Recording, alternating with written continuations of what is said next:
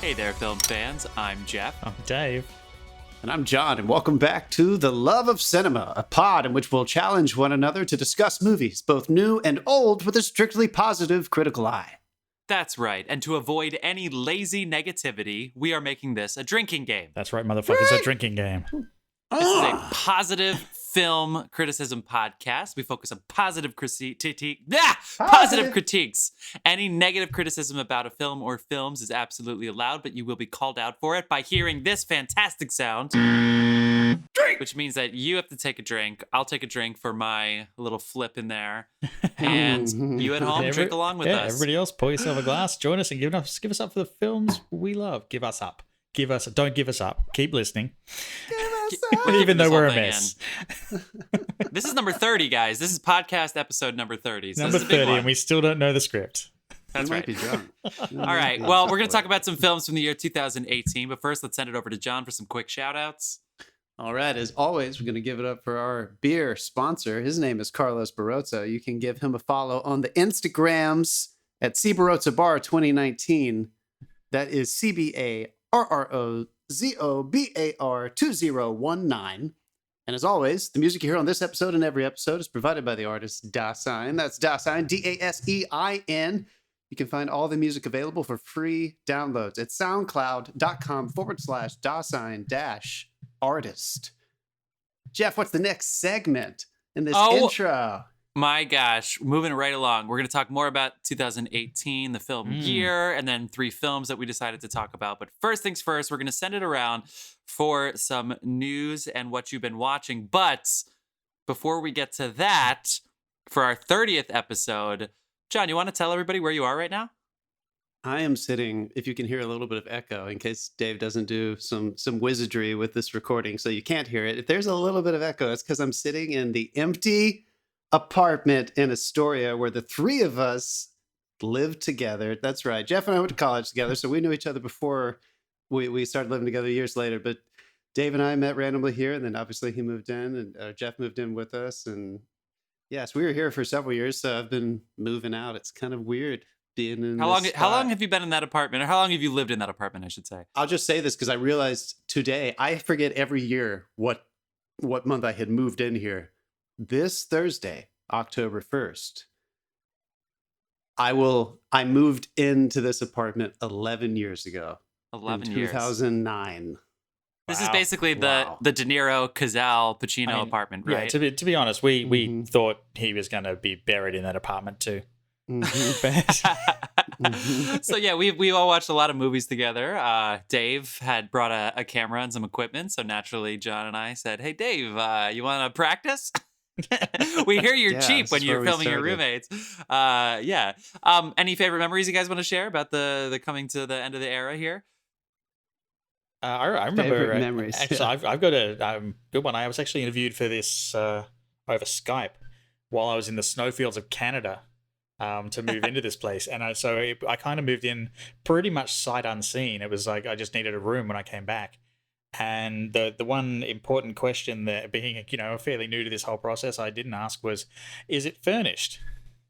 I got there and I moved in and moved into a completely empty room with no furniture, and I spent the first 2 weeks, I think, sleeping on my piles of clothes on the floor in the middle of winter before I bought myself a bed. That's cool. So yeah, my first move into that apartment was a New York rite of passage, living like a hobo in your own apartment. That actually happened to me because I bought the bed. I bought the bed from Kale. And so I was like, yeah, cool. And then I showed up and I was like, oh, that's all I got. I got a bed frame and a mattress, and that was it. So I also I slept on a bed, but everything else was just sort of sprawled out. My favorite memories are always the snowstorms when New York City shuts down. Yeah. They shut down it was an elevated subway. So whenever there was a snowstorm, we would never have subway access because it would just get, just destroyed with the storm. So we would just hunker down, make a huge chili or something. I really wish we didn't do a Lethal Weapon marathon for one of them. For friends of the podcast, we did a franchise face-off where we put about 20 or so film franchises up against one another to determine which ones were the best. And Lethal Weapon did not make the list, despite us having fucking watched it together. But yeah, I love the snowstorms. We watched Interstellar together in a snowstorm. And I forget what we watched. The next one was the big one. But John, what about you? You have a lot, I'm sure.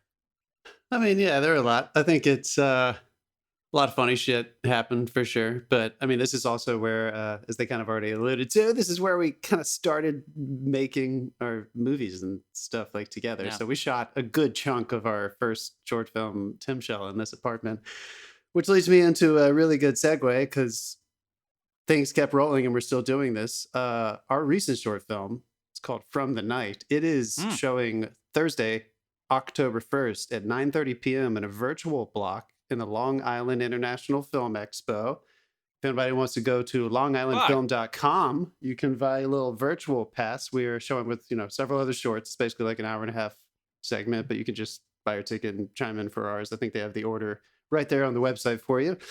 So Jeff stars in this movie. Dave filmed the shit out of it.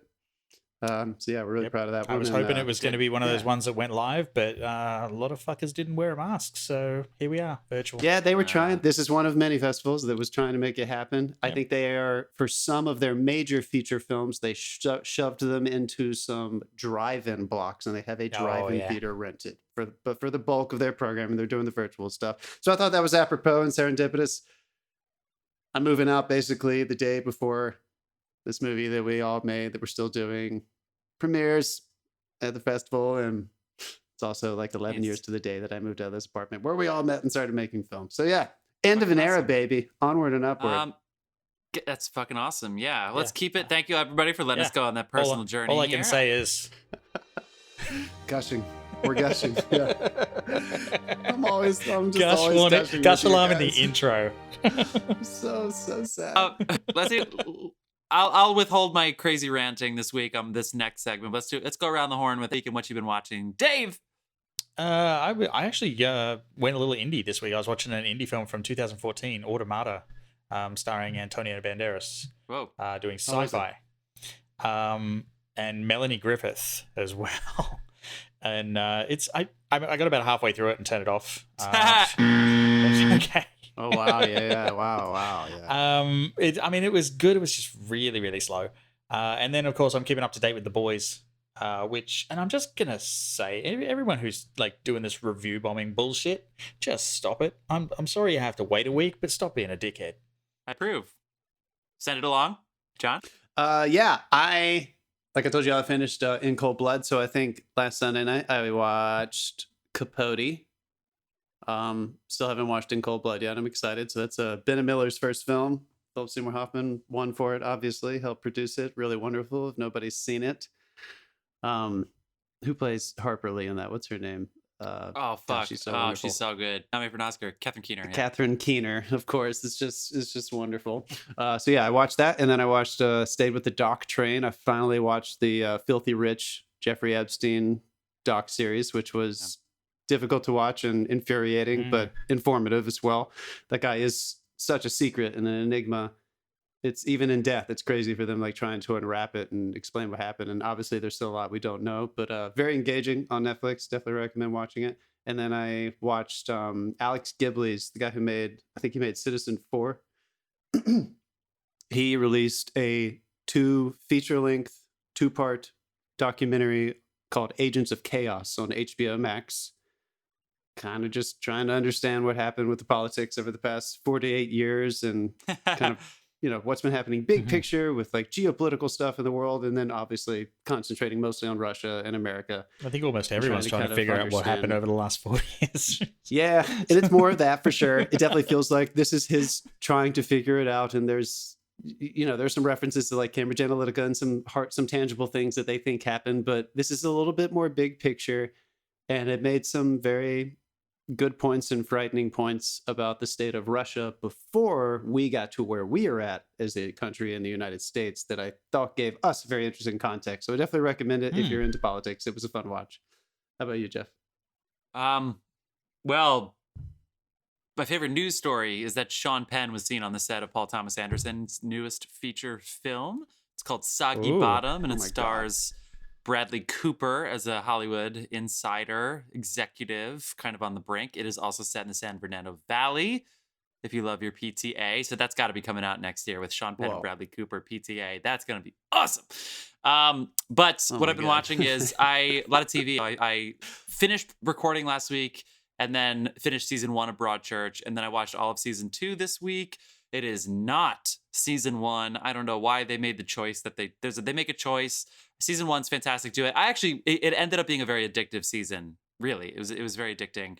Season 2, so we plowed through that. But 1 or 2? 2. Both of them were, but even 2. I mean, once you get into it, like I'm hooked. Also, love Olivia Colman. More on her later. And then I watched the first couple episodes of this season's Pen 15, which, by the way, they go to they're 30-year-olds pretending to be 7th graders in the show. That's pretty much the whole premise. That's kind of like a rehashing of what it's like to be in middle school in the year 2000. And it's just like a gaggy Broad City type like spoof on that era. And they go to a kid's pool party and they do the Boogie Nights pool party oneer, including ending in the pool. They go in the pool. I literally was shitting myself, and I was not. There were like 4 people in the house watching this, and I was like, "They're doing the Boogie Nights shot. They're doing it's going in." I was like, "The camera's going in the pool. They're going in the pool." There was one kid who sneezed and got the mucus on his nose, just like the person in Boogie Nights who like has cocaine all over their nose and has to run away. Like, it is really fucking funny. So shout out to Pen 15 on Hulu. That's great. That's good. Also, quick newsflash: Tenet has won its 4th consecutive box office weekend with a whopping $3.4 million. Yeah, well, that's not take fair. over the weekend. Yeah, that's about the cost of that. Of course they. That's about the cost of that, shell of a 747 that they got. Yeah, that's. I want to know if we've mentioned Tenet in every single episode in the pandemic. I really want to know if we mentioned every single episode. Pretty much. Well, thank you, Dave, for that. I think it's time to move on. Let's go to the film year 2018, which was randomly drawn last week by Dave's Random Year Generator. 2018 will unfortunately, or fortunately, I don't know, probably unfortunately, be remembered as the year Green Book won Best Picture. But if you don't want to remember that, you can think about the box office. Highest grossing films at the box office this year include the highest grossing film of all time, which is Avengers Infinity War, came out that summer. Number 2, Black Panther, so bang bang for Marvel and MCU. Black Panther made a shit ton of money. Let's just take another second here. Second one was a big bang. Let's take another second to remember Chadwick Boseman. That was early in 2018. That was only 2.5 years ago. So obviously who now has a fantastic mural on the wall at the Disney as well. Look that up online if you want. That's awesome. It's a beautiful mural. Number 3 is Jurassic World Fallen Kingdom, which was very close to being our redemption film of the week since the movie was absolutely terrible. The Incredibles. You're not gonna worry. Incredibles 2 was good, and Aquaman. So you have 5 films going over $1 billion worldwide. Bohemian Rhapsody comes in at 6 with $900 million worldwide, which surprised me. I saw that movie, and $900 million is a fuck ton of money. Venom somehow made $850 million worldwide. I think people in China really love Venom. Venom's one of my guilty pleasures. It gets better the more you watch it. I love Tom Hardy, so yeah, for sure. Mission Impossible Fallout. We're big Mission Impossible fans here. Deadpool 2. And then Fantastic Beasts, The Crimes of Harry Potter World trying to cash Rowling. in. Yeah, exactly. Yeah. So there's your top 10. Obviously, pretty much with the exception of Bohemian Rhapsody, they're all some fantastical or comic book, etc. So let's get back to the awards season. You've got Green Book, you've got Black Klansman, A Star is Born with Bradley Cooper and Lady Gaga, Roma, fantastic feature by Alfonso Cuarón, shot in Mexico, but sort of related to his childhood experiences growing up and the classism in Mexico City. Bohemian Rhapsody, The Favorite, which we're going to talk about soon. Vice, another fantastic Adam McKay feature to follow up his Oscar-winning writing work on his previous films. You got Rami Malek surprising everybody because they decided not to give Christian Bale another Oscar, even though he deserved it. You got Olivia Colman with The Shocker over Glenn Close. Although after rewatching The Favorite, we'll see. I think that might have been a pretty astute observation by the Academy. Mahershala Ali wins his 2nd acting Oscar for Green Book. And then you've got Regina King, who won an Emmy last week for Watchmen. She won an Oscar for If Beale Street Could Talk. Alfonso won some shit. Solid Oscar year. Yeah, I mean, everybody's gonna remember everybody's gonna remember Spike winning for Black Klansman, and then losing the Best Picture to Green Book. That's gonna be something that we'll talk about for a long time. But look, the Academy's fucked up. I don't know what to tell you about it. It's a pretty good year. Let's shout out some other movies though. Let's not go down this deep dive. There were also Yeah, go ahead. That was a really good year for foreign film as well. Technically, Roma was a foreign film, so that was wonderful. Cold War was a really excellent foreign film. I gotta fuck this guy's name up. It was directed by Paul Kowalski, I think is how you say his name. And then also the German movie, which I think took it that year. It's a long one. It's called Never Look Away, directed by Florian Henkel von Donnersmarck.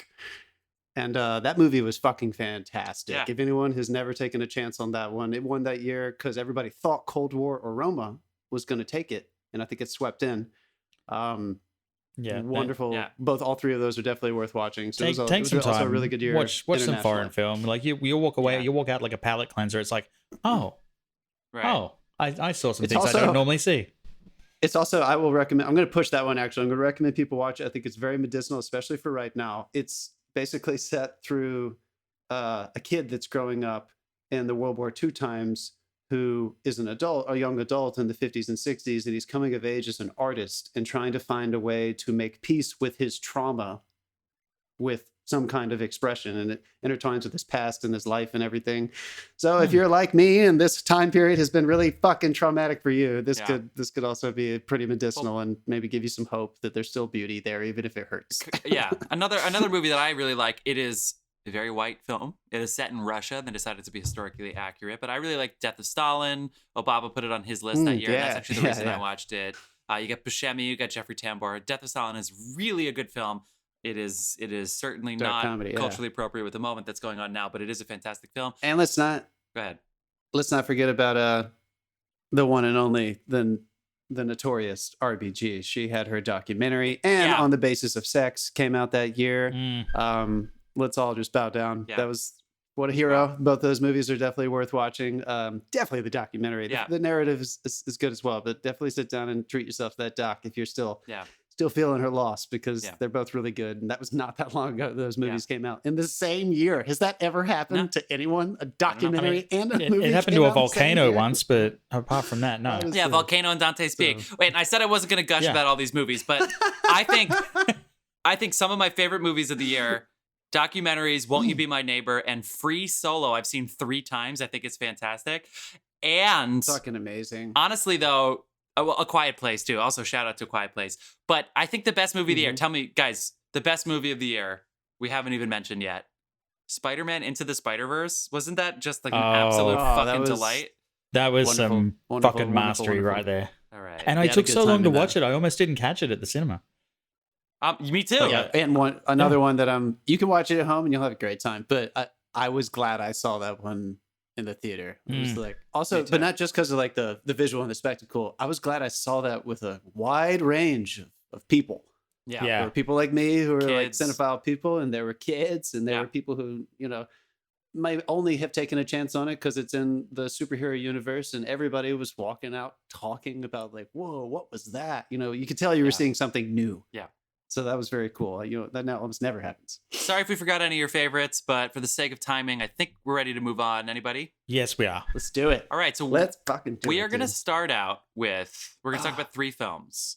We're going to start out with Hereditary, which is fucking awesome. And if you've ever seen Midsommar did so well on Amazon. It came out on Amazon Prime, and I know so many people that saw it, and I was like, but did you see Hereditary? Same director, Ari Aster. He did Hereditary 2018, Midsommar 2019. And so many people are like, oh no, I haven't seen Hereditary yet. I'm like, just do yourself a fucking favor. It's like, what a bang bang. 2 years in a row. Like, just fucking awesome from director Ari Aster. But we're going to talk about Hereditary first, starring Toni Collette. And then we are going to talk about as we mentioned a second ago, a big surprise, especially in award season, with Olivia Colman, The Favorite, starring Olivia Colman, Rachel Weisz, and Emma Stone, which is loosely based on a true story set in the early 1700s England with Queen Anne, who was played by Olivia Colman. And then in our redemption segment, or Was It Really That Bad? I feel like this is actually one of the better choices we have for that question. Was it really that bad? Which is Solo, the origin story, if you will, of the character Han Solo, played by Alden Ehrenreich. Also co-starring Donald Glover. We'll talk more about what happened to it. It's pretty mixed on IMDb and on Rotten Tomatoes. A lot of critics tended to trash it, But It's we decided brutal on Reddit. it's brutal on Reddit. We decided I think all of us saw it that year, right? Probably. But now it's been a couple years, so we gave it a rewatch, and we are here to let you know if it really was that bad or if it was pretty good to give you another look. I've given it about 8 rewatches, but yeah. Okay, so we have Dave's answer, obviously. But stick around for that segment of Solo. We have to get into it, though. We're going to do Hereditary first. As I said a second ago, Ari Aster, written and directed by... This is what he did before Midsommar, which is somehow a bigger hit, even though technically Hereditary did better at the box office.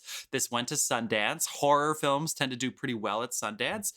The cast and crew viewed Hereditary more as a family drama than a horror story.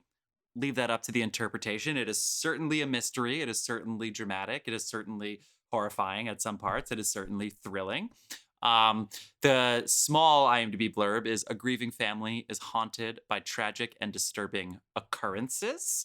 The longer storyline is: when her mentally ill mother passes away, a woman named Annie, Toni Collette, fucking goddess sent from above, and her husband, Gabriel Byrne, Emmy Award winner, son, Alex Wolff, and daughter, Millie Shapiro, all mourn her loss. That's a long sentence. So they're mourning the loss of their grandmother. The kid's grandmother is Toni Collette's mom, who passes away before the movie starts. The family turn to different means to handle their grief, including Annie and her daughter both flirting with the supernatural. Haha, horror. Mm-hmm. They each begin to have disturbing, otherworldly experiences linked to the sinister secrets and emotional trauma that have been passed through the generations of their family. I fucking stand for this film. I love this film. I love Toni Collette. Blurb is about as misleading as the ad campaign that came out about it. Good. Good. Anyway, this went to Sundance. It fucking killed. A24 bought it. It made $80 million on a $10 million budget. So we stand. Who wants to go first?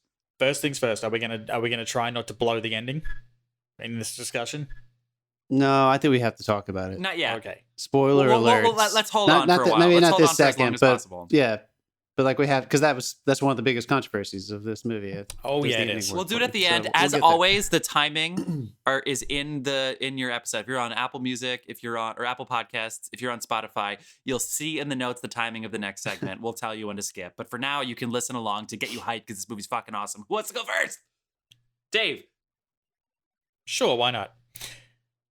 This got me from the very first shot, I can tell you. Like they come in and they pan into the dollhouse, and the camera's just a slow roll in, and the dollhouse is getting bigger and bigger, and it fills the screen. And I'm sitting there with my wife, and I'm like, "Is that going to turn into the actual set?" Of course. And then it does. Someone just opens the door and walks through the door, and I'm like, "That is fucking brilliant!" Like, there's so much camera movement. I don't know if I'd even describe it as motivated, but it's a case of, I'm going to show you what's intended for you to see, and then we're just going to shift around here and you can see what else is going on. Like they really kind of use the camera to reveal something that, whether you're like in on it or whether like you're like the main character doesn't see it yet, or it's something that they notice. They use the camera beautifully in this movie. And can I also mention, just to get you back to that opening shot, it's beautiful, it's picturesque, it's smooth, and there's a fucking fly on the windowsill, like flying around the opening shot, which is How like, the fuck did they train that fly? yeah, how did they train that fly? Did that fly get its union breaks? Did they have to did they pay for the extra day because of the forced call? I don't know. Sorry, Dave. Yeah. No, that was worth it. They use a lot of practical effects in this movie as well. Like I read up on some of the visual effects stuff where they were building things to accomplish what they're accomplishing, and like some of them, like the scene where the accident happens right near the beginning, and it's brutal and it's graphic, and they ended up having to cut it short because the prosthetic they built was so convincing. They were like, we can't use this. It looks like we've just killed this person. Wow. Mm. I think that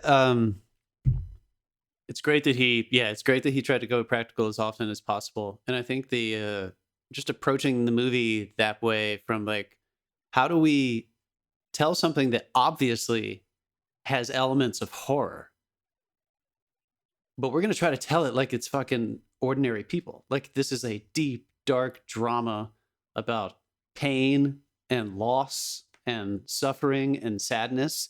And Dave, I love that you pointed that out because I was thinking the whole time, I was in the movie. I wasn't conscious of it the whole time, but in reflection, I was thinking about the cinematography a lot and how that thing that you just said is so poignant from a storytelling perspective. And I wonder if they got there technically by saying, we want the camera to feel like this. And then as they were doing it, maybe they started realizing, because I definitely realized, that's what it looks like on the outside when you see a family or a person going through intense pain and loss of death and really strange things that humans don't like confronting when it's happening to them. Much so when it's happening to someone else, you kind of have to like view it differently as someone from the outside. And every now and then, if it happens, if it's your friend or a family member, and you kind of peek inside at what they are actually going through, the horror of what they are actually feeling.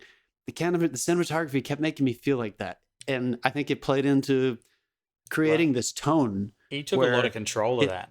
Because on the production crew's first day, Ari presented them with a 75-page fucking shot list. Yeah, I'm not shocked. He had that thing planned out to the letter. Yeah, and it worked. I mean, I feel like the tone is implicit, but it's not just because of what he was doing with his acting and with all of the aesthetic choices of sound design and stuff like that. The camera movement, because it moves a lot. This camera is moving quite often. This is not a static drama. The way that, again, like a lot of the, you start looking at some of the movies that inspired this, Ordinary People and things, and a lot of those movies have very static cameras. So that you're watching, you feel stuck inside the house with these people who are so sad. Yeah. Whereas Hereditary, he figured out a way could kind of do the opposite. Because sometimes in horror movies, when the camera starts moving, you feel like you're being pimped out. Like, oh my God, okay, what's around the corner? I'm going to scream at this thing that's going to jump out. This moved with enough control and slowly enough that if it was moving, it almost just made you feel like you could not escape what they were feeling. That thing that was always around the corner was emotional for me. I was never worried about the pop out. That's the thing though. Like sometimes there was nothing around the corner. Exactly. When they moved, except sometimes for it more was pain, more sadness. Sometimes it was just to show you a plot element or just to, but then sometimes they pan around and there's someone hovering in the fucking roof. And like there are times when you miss it. And like I was sitting there and my wife was like, there's someone in the background and she's standing in the corner. I'm like, what? And next minute, off we go. Right. And of course, some good camera things. Yeah, and it's like I was playing a video game called Fear years ago, and they used the same technique where they built the tension and then nothing happened. And then they built the tension. So by the time something actually happened, you're so fucking wound up, you like run into a wall. Basically, it's like a really, really great technique, and he exercises it beautifully up until the climax of the film. Yeah. I want to stand for the actors here too. So just to flesh out the story, to give everybody a little bit of context here. So you have Toni Collette and Gabriel Byrne are the parents, right? That they lost Toni Collette's mom, who they said had a series of mental illnesses. Now we start to divulge information here. There's writings and books in the items that she has left since she's passed on that include words like satany, and there's a book on spiritualism and letters that are written to her that say things like, forgive me for the things I couldn't tell you, but you will reap the rewards later. So is it satanistic? Is it there's a lot of things that they do introduce early on. But the kids, we've raved about this movie up until this point, so you probably know enough to go and watch it. So if you don't want to know the spoilers, now would be the time to skip. Well, the kids, I'm going to stand for these kids. Obviously, Toni Collette's a hero. We mentioned in the podcast recently, like if truth in circumstances and the ability to just make things come alive are the only prerequisite to winning awards, she should win Oscars. Toni Collette she has become known as sort of this like horror voodoo. She actually said she doesn't want to do any more horror films because they keep giving it to her. But the reason they keep giving it to her is because she makes the most extreme circumstances believable. I don't know how else to say it, because she also has delusional thoughts and she sleepwalks, and so her dreams become real. So we're because of that performance. Because of that performance, you're not 100% sure until like all hell breaks loose whether this is all just her. Yeah, is it a dream? Is it in her mind? And we're talking about out of 10, the screams that come out of her mouth in this like she should win. Dude, The that one scene. scream. The one Yeah, scream. the scene where like the accident happens Yeah. and he just drives home with the body in the car, and you're just waiting for her to Mm. find like her dead daughter, and then you hear that I'm just going to the market, and you're like, oh no. Yeah. And then the screaming starts, and like it's not even on showing her; it's showing this like the Right. other kid. And Yeah, I was actually. I'm not kidding. I felt fucking physically ill And the by he the is, end of this yeah, shit. I was They gonna- played it so well. Alex Yeah. Wolff, her I was son. Yeah. going to bring that up as an example of interesting choices with that camera movement. How do you show what is actually in between the cracks of these wounds Mm. without actually showing stuff and popping out? That camera just moves right in on his face, and they let an actor tell the story, Yeah, right? The vacancy of what's happening, Yeah, and then it the- turns the- into the the- screaming yeah. montage. The story And is to being let Tony told. take it, Yeah, it's being told If by what Tony- they're not showing you. yeah. If Tony was not so good, that would have been ridiculous. You would have started laughing because it goes on so long. There Yeah. are 3 scenes that are cut together in a montage of her wailing. Yeah.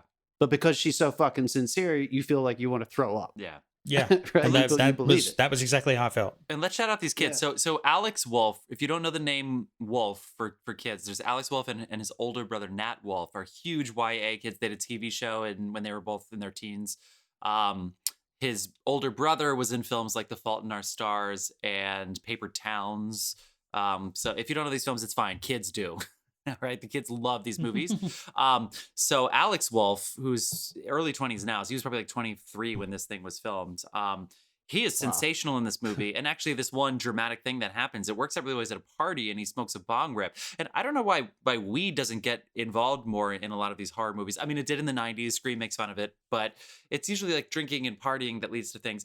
Because this paranoia and this look of like of trying to problem solve while under the influence that he does is brilliant, and he almost never is able to escape it for the rest of the movie. He's got this wide-eyed, just like he is aware of the context. The entire movie, you feel like it's exhausting, right? This is the kind of performance. It's similar. He compares the Toni Collette really well, even though they have different storylines, that it just seems so full the entire time. It's fucking crazy. And then the sister, who's played by Charlie, I feel bad for the makeup they put on her, because this is definitely one of those roles where she probably had trouble getting work after, when you rely on a young actress's look to carry a horror film, which it really does for 30 minutes. Would you guys agree with that?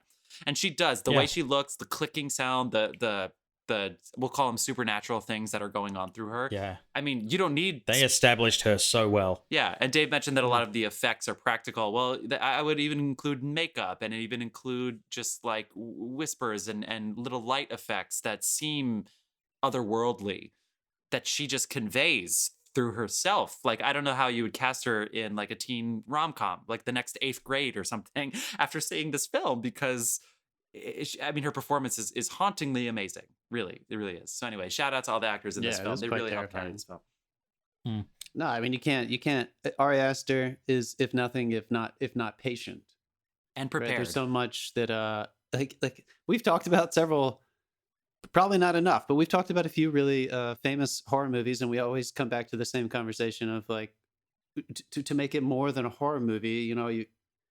The performances are probably the most important part. Like, you have to have people on screen that are going to create a sincerity for you so that you can actually get scared, not just wait for the next thrill of being scared. When that car wreck happens, I almost timed it. I rewound it and watched it twice, and I think it's over 2 minutes where it just sits on his face. Yeah. And you're just waiting for, what's happening. Including a night to day transition. Yeah. Well, that was cool. Dude, too. those and cuts, it's not- those hard yeah, fast the cuts cuts of the were really doing it houses- for me. Yeah. Really great. But he when he's just sitting there, I don't know, there were several moments, and I thought he balanced it well too, because there were several transitions, especially with a couple scenes with Toni at the beginning, which when they're establishing her struggle with communication with her children, which I think is also important with this movie, because they don't tell you why the kids have issues with her immediately. You kind of figure it out through side stuff.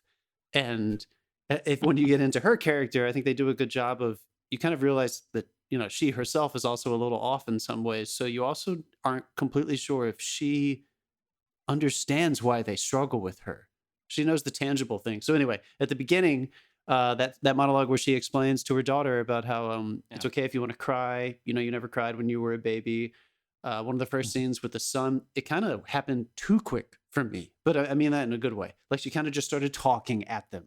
And I thought that was interesting that he kind of balanced in the first half of this movie. Some social cues seemed to be off in the family, and like some things felt forced and pushed in the way they were talking to each other, which is how it feels when someone dies in your family. It's just that nothing feels right. You feel like you're doing things because you have to do them. It's all just so strange. And then as the movie went on and he started letting them have more time, it created this dread that I thought was, essential to this film. But it never went to the weird David Lynchy trapped in a nightmare dread. It was real fucking life drama. This is horrible, and you'll never escape it. You know the funny thing, when they were like, "Oh, you're coming down for dinner," at one point, and this is after he's killed his sister in an accident, and I'm like, are they not gonna? Did they just gloss over that? Like I'm at the point where I'm like, they're not going to deal with this. They're just going to gloss over it, and that dinner. That dinner is exactly where it happens. Like they wrote it perfectly to the point where you're like, are they not going to deal with this? And then it just explodes right at the point when you're asking the question. Though, I'm not gonna lie. When I was reading that, and I'm sure, of course, whenever you're writing a screenplay, of course you're thinking, I want the best actors in the world. Of course, you need great actors. You always do. But that is a scene that is a perfect example. If she was not so good, I think that scene would have seemed like. Wow, they really needed a scene where they can explode at each other. But because she surprises the actor, Alex Wolff. Yeah. When she really launches, it's way more than he was expecting. And it's so obvious, and she won't stop. It just won't quit. So that when it finally gets there, and when she finally sits down, and Alex, he makes that one more line, and Gabriel Byrne finally says, "Stop it." Like you needed someone to tell them to stop this. Like, please, we're going to hurt each other. It was very effective. I was gone. Effective. There were no actors in that scene for me. It was like these are people having an argument over dinner over something absolutely fucking terrible. Didn't she sit down and like take a bite of something? She started like just shuffling her food. Yeah. But even the dramatic scenes are as tense as the horror scenes in this, and it's because of masterful performances by the entire cast. And you're gushing. Good. Let's all gush. This is for all of us. This is for all of us. We haven't had it. If we don't have a buzzer for 5 minutes, you should just gush. I want to get a little critical in a moment, but I'll say this about Ari Aster. I've watched a few interviews with him now over the years. I think you can tell immediately from watching this and Midsommar, of course, but he claims that he did not think of either of these movies as horror movies, and that he doesn't really like thinking about genre. Yeah, it's kind of bullshit, but of course you're like, all right, well, you're too smart to know that it's not a horror movie, but I know what you mean, dude, and I appreciate that you're trying to go about it that way. Apparently he has aspirations to do stuff outside of this kind of feeling, but at the same time, like, if he wanted to make these kinds of movies for the rest of his life, I think all of us would be like, sure, this is like a new kind of blending of genres. And I feel like an asshole. I have not seen Midsommar yet, which is crazy. I think it's a movie I think I would enjoy. Everyone keeps telling me to watch it. But this untraditional horror. What do you guys call it when you refer? What do you think of him, like, genre-wise? Like, how would you describe his movies? Drama, horror, drama. They're not thrillers. Psychological horror. The psychological. How about horror? psychological drama? I think the fairest warning to give is you will not be comfortable watching this. Yeah. Whether it's the tension build or whether it's the actual brutal nature of like the deaths, like that just come out of nowhere, and it's brutal. Yeah, it's fucking Anne brutal. Dowd's character is there to comfort us, though, so no worries.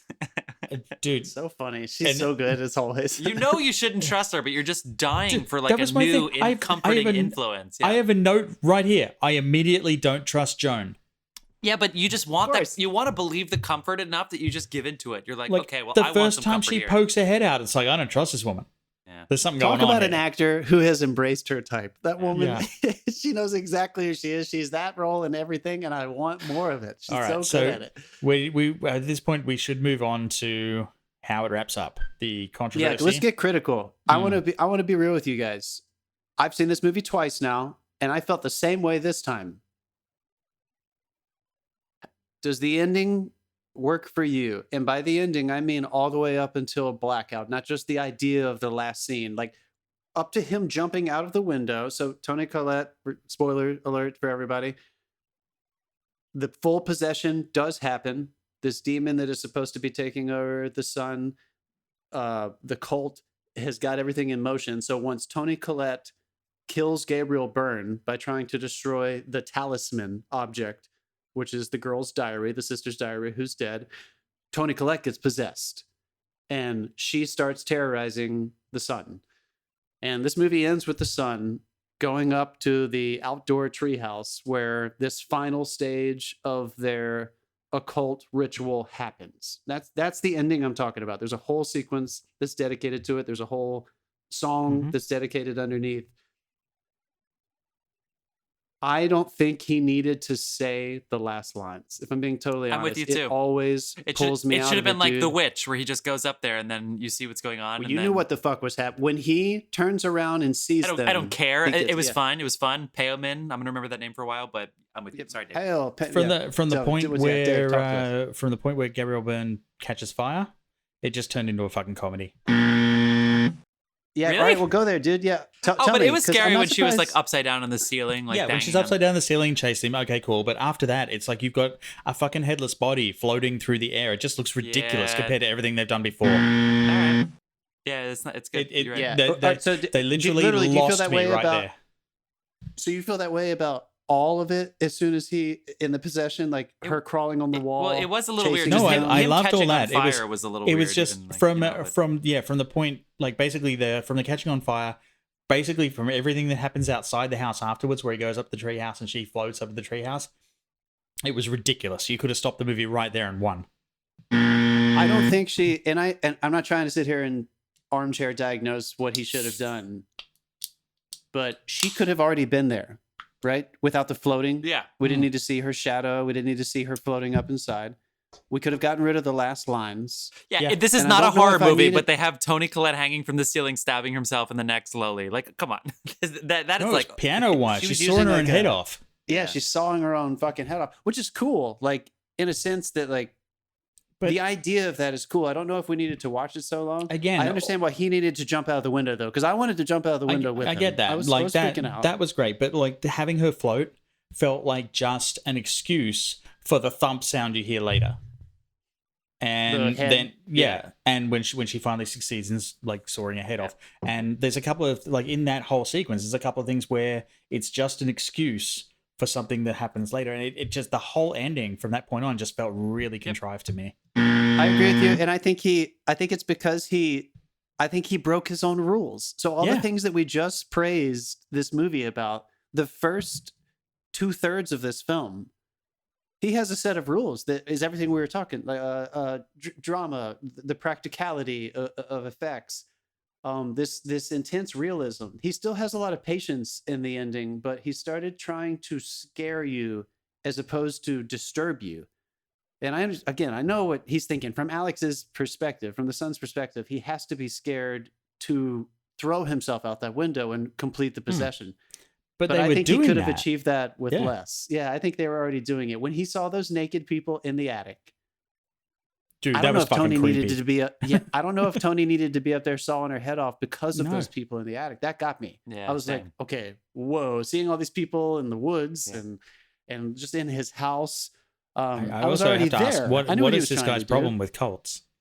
Like, yeah, well, I mean, John, watch Midsummer because it's also a cult that's even more culty earlier on, and it ends better. I would say, like, it ends more consistently. I think in such a way that is haunting and disturbing, but doesn't try to go for the crazy. I'm still glad I watched this movie, but again, the ending was just sadly ridiculous and took away from. I think so too. Which is terrible. And I'm not. Again, like if one of you guys made this movie, I would still be like, great job. I would fucking hope so, bro. A24 distributed my film. Get out of here. But if we're gonna be if we're going to be a little critical of the ending, do you guys remember when I was critical of the ending of The Witch? Well, these movies came out, relatively close to each other in a couple of years. Yeah.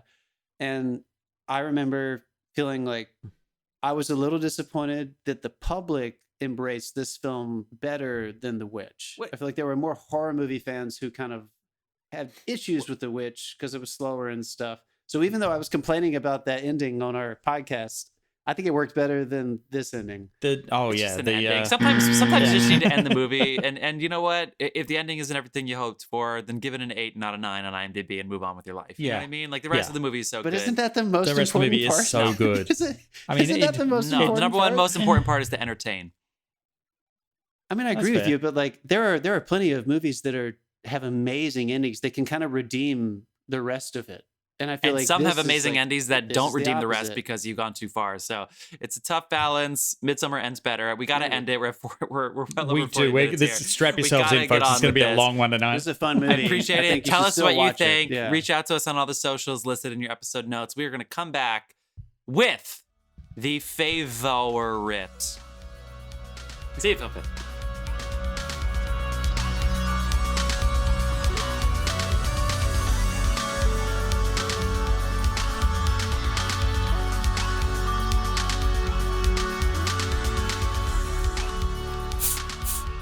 And we're back. We're We're back. Yeah. Oh my That was gosh, fun. We are... Go ahead, John. Let me just jump Jeff, in there really quickly. I can't help but notice you got a bottle opener this week, Jeff. a real Get the bottle fuck outta opener. here. A real Not a one. fucking Child's carrot. Fisher Price carrot peeler. All week I've been terrorizing him. John, make your speech. John, go for it. Just wanted to correct myself. I think I said Never Look Away won Best Foreign Film this year. That's not true. Roma won. That's why it's such a big deal, because we were mad it didn't win Best Picture as well, because I thought it was. But Corone won Best Director. Dude, you never see And- the Oscars announcing the wrong winner. Oh, yeah. Oh, my God. I think you you're guys- good. Yeah, what the fuck? Yeah, Speaking of the Oscars announcing the wrong picture, that they was it. originally announced the film called La La Land, which starred Emma Stone, who's in our next film that we're going to be talking about, The Favorite. That is The Favorite with a U in it. Yes, it's for, when British. you search for this one in the US, disable your autocorrect because it's spelt properly.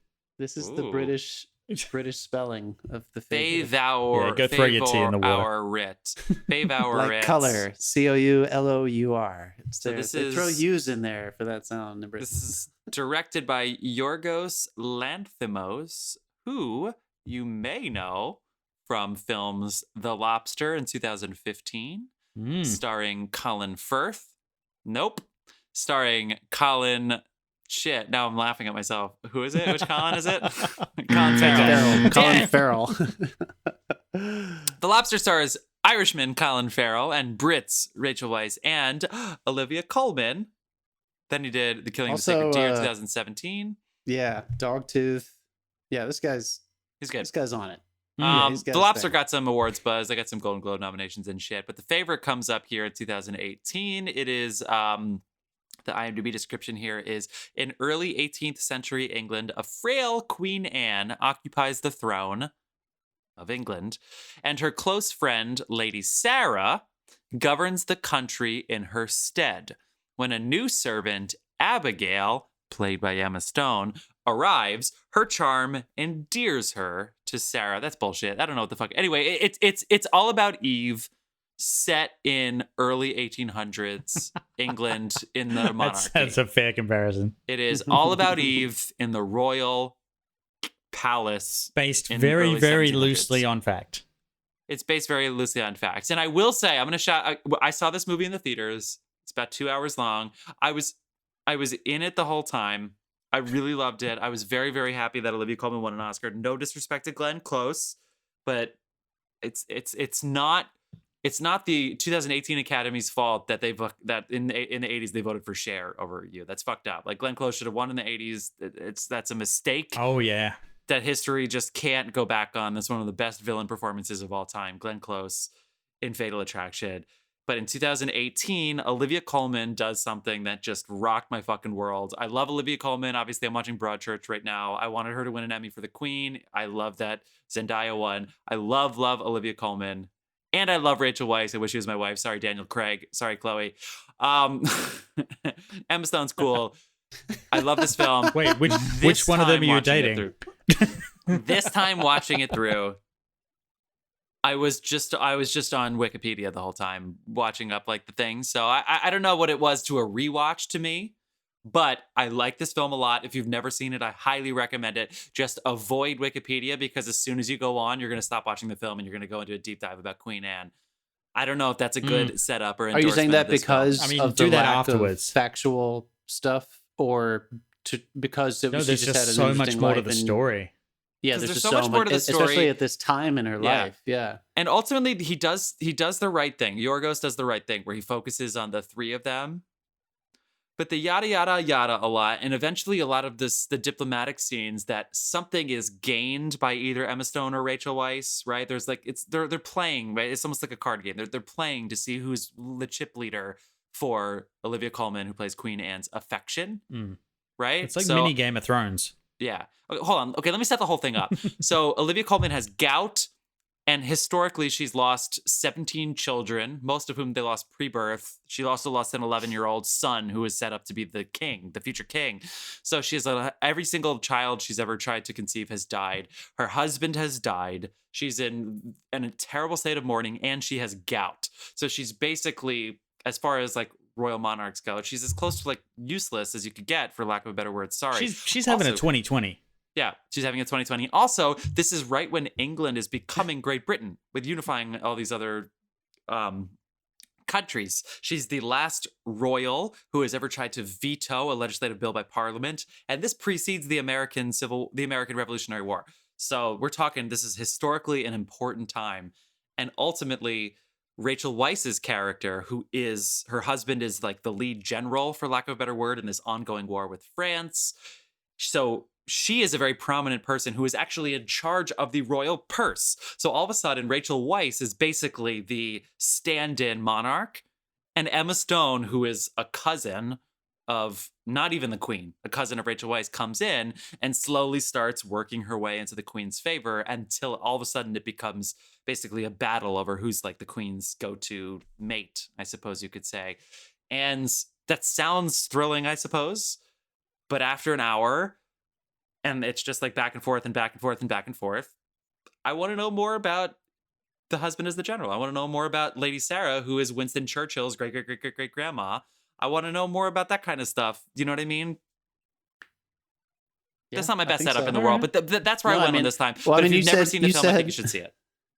You Yeah. said that sounds thrilling, and to be honest with you, I don't even think that sounds thrilling. So you have to kind of adjust, like, going into this, because this is not a plot-driven movie. This is just characters fucking with each other, and the pageantry is awesome. Like the makeup and the presentation of that period is pretty well done, even though he takes a lot of liberties with, you know, certain costume styles, certain dance, certain music. Like he It definitely was great to messes see the with it number and that tweaks a inspired bunch of Saturday stuff. Night Fever, though.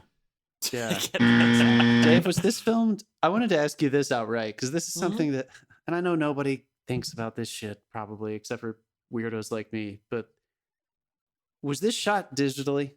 No, It was not shot no, digitally. they insisted on shooting on film. Did they but treat it chemically though? Because it looks like always. it was. You have to treat the film chemically. I'm not sure We what. don't have to, right? You don't. I'm not- You don't have to. You can still do post. You can treat it chemically and then continue tweaking. I mean, And you, I felt like this was. They do a digital intermediate. They did that. But yeah, the film has to be treated chemically to I begin feel like with. it needed more. I feel like sometimes it needed a little bit more smoke in the room. Like sometimes I felt like I couldn't quite tell if he wanted me to actually feel like this is a realistic telling of this period, or if it was supposed to feel like, no, not quite. Because even aesthetically, it didn't Yeah. quite feel I mean, like he that's how it would also- look. He also alternated between, I believe it was the Panavision vintage lenses and Nikon Nikkor lenses. Which So ones were the fish eyes? That's the Nikon Nikkor, I believe. Yeah. Which is 'Cause cool, you know, it's cool to have that They're a lot effect, but- crisper. It's almost like a video lens on a film camera. I don't It's know. too crisp. Yeah, Yeah, it was, I mean, it was too crisp for me. It was an interesting choice when I looked it up. I was like, that's an interesting combination of lenses to use. Yeah, which honestly, I mean, who were we praising last time? Billy Water. Like sometimes, you know, I'm not one of those people that I definitely don't mind when I know the director is directing. Like I kind of want to get inside somebody's head. I mean, But I'm not when it bagging that out. becomes so It was nominated for best cinematography, so you know, obviously they did something right. Yeah. I don't know. I feel like sometimes I felt like the cinematography kind of got in the way. It kept, to come back to what Jeff was saying, there were some technical and aesthetic elements that kept making me think, what is this movie about? Like, does that make sense? Like, I kept trying to. I wasn't sure if there was a. I found the fisheye lenses a little distracting.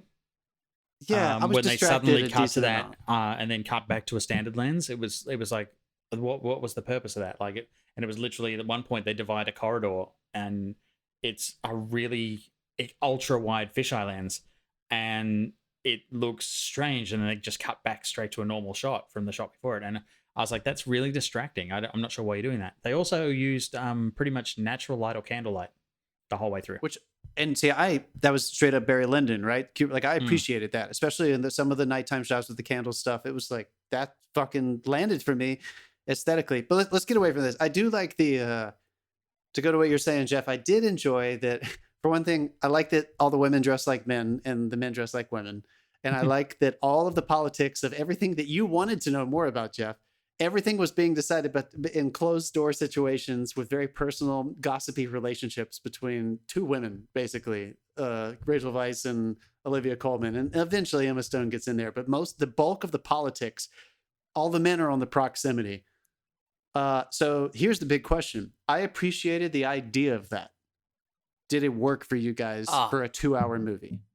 The first time, yes. The first time, yes. The second time, what was happening to you this time? Like, why did you find it so easy to look at Wikipedia the entire time? Is it lack of story? Was the style overbearing? Were you just I don't think there was anything. I've been here before. I don't think there was anything hidden in the subtext that I didn't get the first time.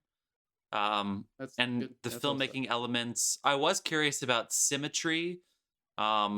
I was curious to see if it felt more like still photography on a fantastical set. Fantastical is a good word. Thank you. That's kind of what we were trying to say. It has a fantastical nature. Keep going. Sorry, that was good. I mean, it's huge and it's stunning, but on second rewatch, I didn't love it more, if anything, you know. And I love all the performers, including shout out to Nicholas Hoult and Mark Gatiss for giving some awesome supporting roles. But the other three actresses, I love a lot. Olivia Colman's one of my favorites working right now. Her performance was the only one, not for disrespect of the other ladies, obviously, but hers is the only one that I was like, I found more interesting this time. Me too. I think I'm going to echo that big time. I really enjoyed Rachel Weisz. Of course, she's brutal, menacing, and completely unlikable. Like to the point where you can't wait to see what she'll do next. Yeah. Like what mean things she's going to do next. You don't realize how many intentions she's playing because she seems so innocent. Yeah. She seems so straightforward. Till you fuck with that it almost catches you off. Honestly, it's very classic, right? It's honestly, like in Hollywood. Back to All About Eve. It's like when all of a sudden you realize, oh, these people are better than the other people. Like you don't even realize it. Yes. We talked about The Apartment last week, and you're like, oh, Shirley MacLaine and Jack Lemmon are just better than their peers. Like I feel like Rachel Weisz is that way. She's not just the girl from The Mummy. So like, she actually is doing a bunch of shit. And Emma's great. I really love like coming from like an Australian background where we have like the Lords and all that sort of stuff. Well, used to anyway. Everywhere and wigs, but I love that the Lords and the Tories and everyone are accurately portrayed as the fools that they are. Like they're just absolute fucking horrendous buffoons. They're like racing ducks and throwing tomatoes at a naked guy in a wig. It's like there's nothing getting done here. When Nicholas Hoult, who is Jeff? What's the name of the actor who plays the guy who marries Emma Stone's character? The blonde guy, the young blonde guy. It's Joe Alwyn, I think. Okay, so when he first goes in the title of this segment, this movie is broken up into lots of vignettes in the story, and they're titled. So the title of this section is "That's Quite an Outfit," and when he walks into Emma Stone's chambers, fully garbed, the makeup and the wig and everything, and she says, "Oh, that's quite an outfit." They have their little scene. She fucks with them and then sends them out. Nicholas Hoult is out there saying, "How did it go?" She's like, "She bit me, and I don't know if it was quite enough." And he's like, the wig was terrible." And Nicholas Hoult says, "Well, the man must be pretty."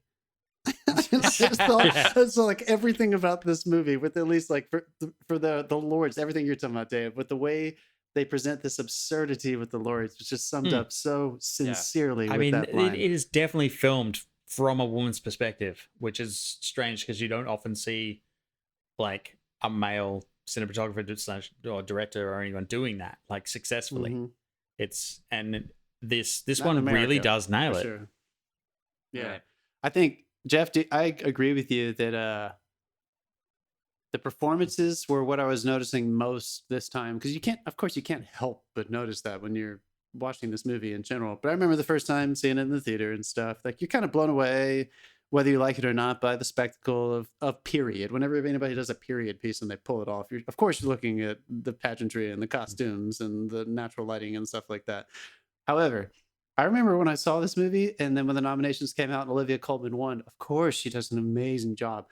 But I was team Rachel Weisz that whole year. I was like, hold on. Olivia Colman does a master. She masterfully portrays all those amazing impediments. And they're all very complicated and nuanced, and they're hilarious. So that she brings so much humor to the issues with her gout and her depression and her strokes and everything that happens to her. But even watching it this time, I remember thinking, I don't think Rachel Weisz got enough credit for the complexity of playing all those intentions. And she is the She was puppet nominated for master. everything. She was nominated for everything, but it was almost... Win. Yeah. Yeah, I So just was Emma. remember, Emma I Stone's don't know, I nominated just for remember thinking, like, Olivia Colman has, so much light on her right now. It's just in her career that, we just expect greatness. So it was wonderful to see her do something else that was that amazing. But Emma was wonderful. But Rachel, I don't know. I've always felt like she's just been kind of underappreciated. Yeah. Like, I don't know if anyone has ever. She's so pretty that I think sometimes she, it gets distracting because she's just so beautiful and she has the Right. accent and everything. But I thought she did something in this movie that a lesser actor, you would There was zero distraction in this that movie. role. Yeah. Yeah, you never Right. even think about what she's doing because it's seamless, and yet it's maybe the most complicated role. I think it's definitely the most. And she's making carefully veiled threats that are not veiled at all, Yeah. and to various people, and you're like, wow, she's like, it's a character progression. Then you see like Emma Stone do the same thing. In her stead, only Emma Stone doesn't really get the threatening thing. She just becomes something horrid. And it's I feel like it's a good performance all around by the three like main definitely. characters. Master classes. And they rehearsed, Yeah. and they rehearsed and everything. Rachel Weisz actually is probably the most pro femme too, if we're going that route, because that role that she's playing in this film, like, as I said earlier, she was the head of coin. She was basically like the head of treasury if they had cabinets back then. So yeah, she was the head of the purse specifically for the royal family, because there is that weird separation between the Regals and then the Whigs and the Tories are the two major families who are the survivors of the English Civil War of the 1600s. So it's basically like their descendants, because there's still classism and aristocracy, are the Whigs and the Tories, which is why it's so outlandish. So they're basically fighting their grandfather's battles still, and it's all just bullshit. But Rachel Weisz's character, I don't know if it would be better or more pro-femme if they stuck to the fact that she had 7 kids while this was going on. I think that would have been an interesting element, that here we have the queen with 0 kids, and then her potential mistress, although that's not necessarily historically accurate, but if we go with the movie, Rachel Weisz, who's basically playing up to the love languages of Queen Anne, who's desperate and wants attention, and she has 7 kids at home. Like, I feel like she has 7 kids, Queen has 0. I feel like that would have been awesome. She really just wants someone to pet her rabbit, and that is not a euphemism. Yeah. Yeah. A lot of Buzz yourself, fingering get in the this fuck out movie. of here. You A lot can't of get the buzz fingering for in this here. movie, dude. She wants somebody to pet her rabbit. I also thought it was that would have been even better, because I was just about to try to make the point, and that this is why people don't go on IMDb, don't go on Wikipedia or IMDb when you watch this movie. I did. I'll be your representative. Don't do it. Don't. There's Just too watch much it. to unpack. I think Rachel Weisz also is the like I said, like there's more masculinity in the female costumes and more femininity in the males, and I think Rachel plays both parts. There are plenty of scenes where she is both. I feel like she is the only one of the women, because Emma kind of stays in the feminine side with the maid's dresses and her nice ladies' dresses. There are a lot of scenes She's where still playing the Rachel part, is yeah. dressed like in very masculine attire, and she fucking owns it. And she also owns when her boobs are pushed up in her face in a corset and a lady's gown.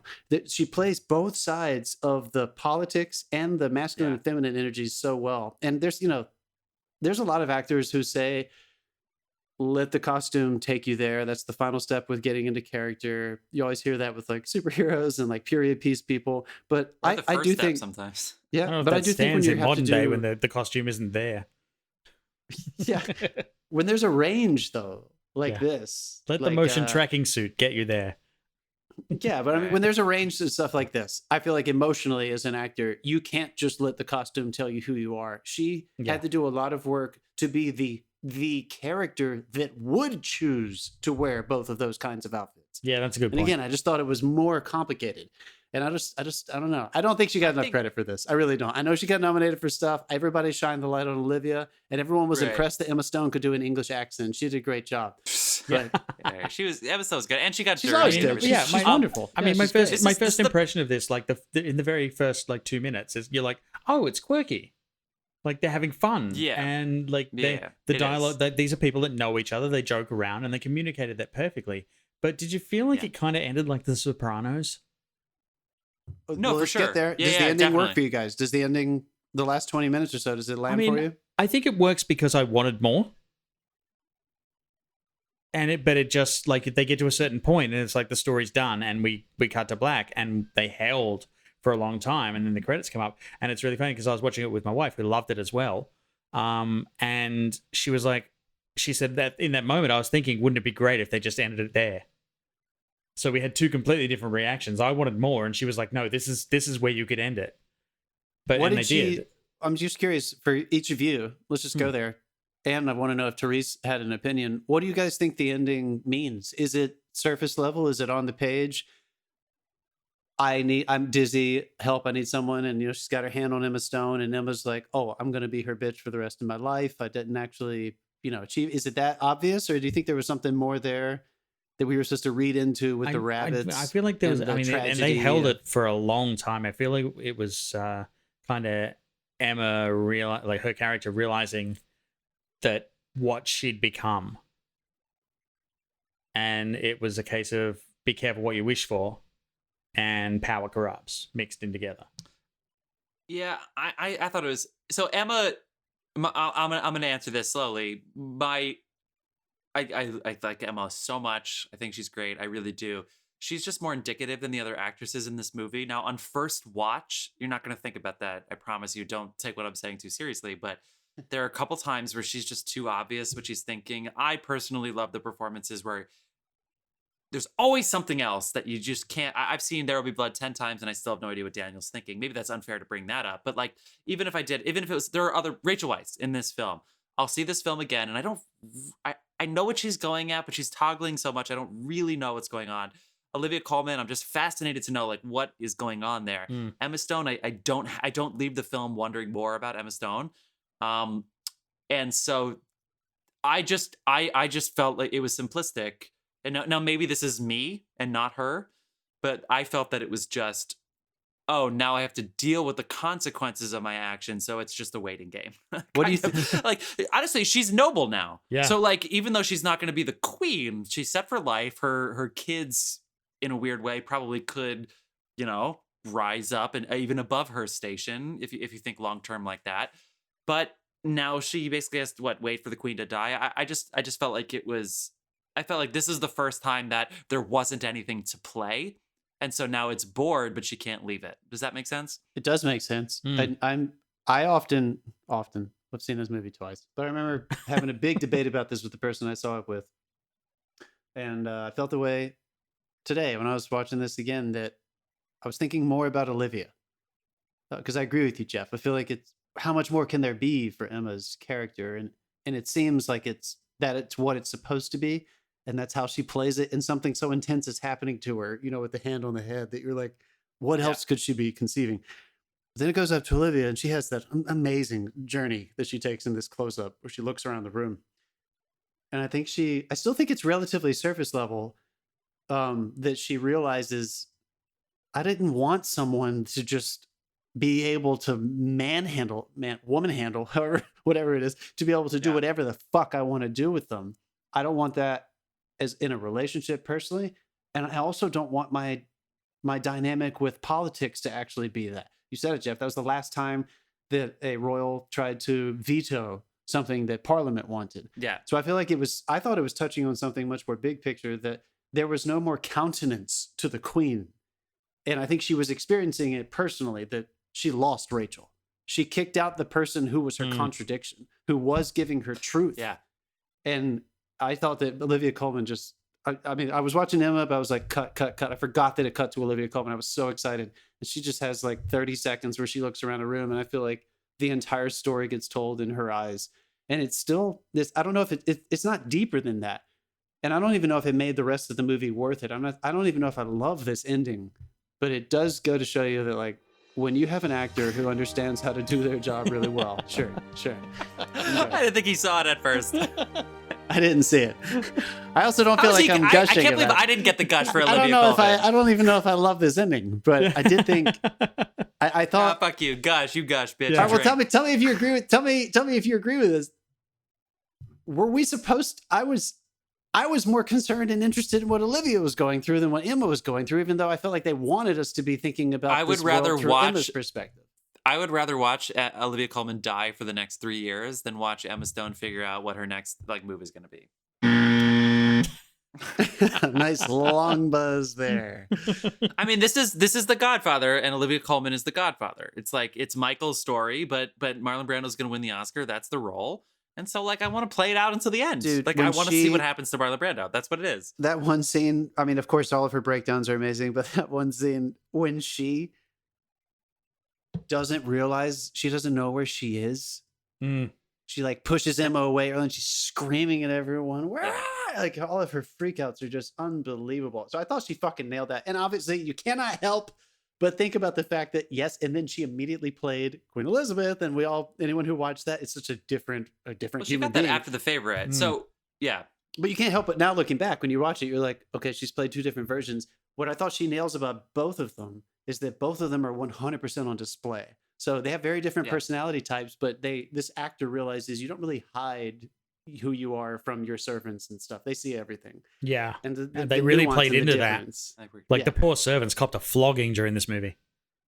Oh my God. It was very funny. Overall, did you guys love this movie overall, watching it a second time?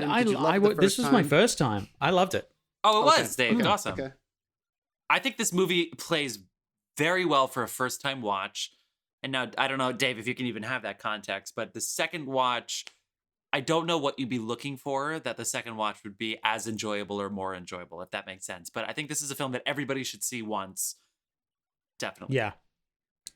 And we need to move this on. All right, Dave, let's do it. So we're going to pick out a new generator next year. There's new movies coming out. I really wish I'd seen Enola Holmes. There's a couple other things that I wish I'd seen. I'm on a TV binge right now. So new movies are coming out, but awesome. Well, let's hear the review. You got me in with Pine Barrens. What was that movie that we made me see? Palm Springs. Palm Springs. Yeah. Okay, Dave, let's do it. What year we got next week? All right. Anything else we can fuck Dave up with right now to talk about? My parents loved Away, by the way. I feel really bad about that. I shat on it last week. I should have given it more time. Yeah, Thanksgiving's going to be awkward at Jeff's house. Damn it, they loved it. I should have given it more time. I love the idea. I mean, it hasn't pulled an early one yet, but we're living in the 70s this week. Yay. Ooh. 76. Oh my God, Jeff, that is the year, dude. Brace yourself. Okay, guys, we'll talk about this. We're gonna take a pee break. Get another beer. Wow. Because we're talking about Solo next, people. We're talking about Solo. We're fucking doing it. We'll see you soon, film fans. Bah!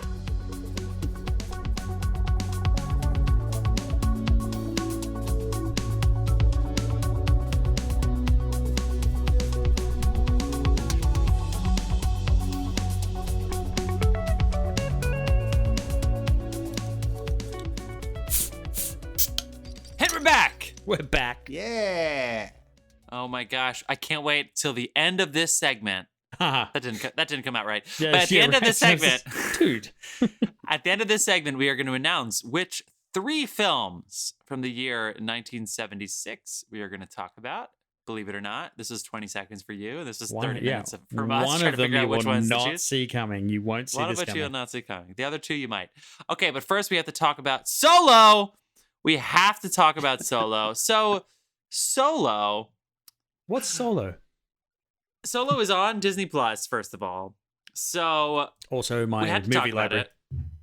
People had waited for as soon as Disney bought the rights to Star Wars, and we all knew that they were going to start doing spin-offs and prequels. Rogue One was an obvious first choice. And then it was like, we need the Solo origin story, right? And so we don't know who to give credit to. if that's going to be, is it Harrison Ford? It's not going to be Harrison Ford in this movie, so are we really going to want to see it? Is this going to be a series? Is it going to be a movie? What the fuck do you do with the Han Solo origin story? Because they wanted it to be funny. It has to have a funnier tone than the rest of the Star Wars franchise. And then I have a couple quotes here. This is from Variety. Lord and Miller get fired, spoiler alert. And then the movie gets delayed a year. The production gets pushed back. The release date gets delayed from 2017. It goes from like February 2017 to August 2017. It ended up at $300 million budget. Yeah, it right? started at 275, and then they just started chunking on top of it. So here we go. I have a couple quotes. So this is Lawrence Kasdan is most famous for being the screenwriter for Empire Strikes Back. He also came in to help with the second best Star Wars film ever. Wow. What do you go with number one? Do you go New Hope number one? No, I was right in that age frame with Jedi. Oh, cool. Like that was my teenage. All right, Empire's better. So we have this quote by Lawrence Kasdan. Fuck yourself. Oh, by Lawrence Kasdan, who he told to Variety. You ready?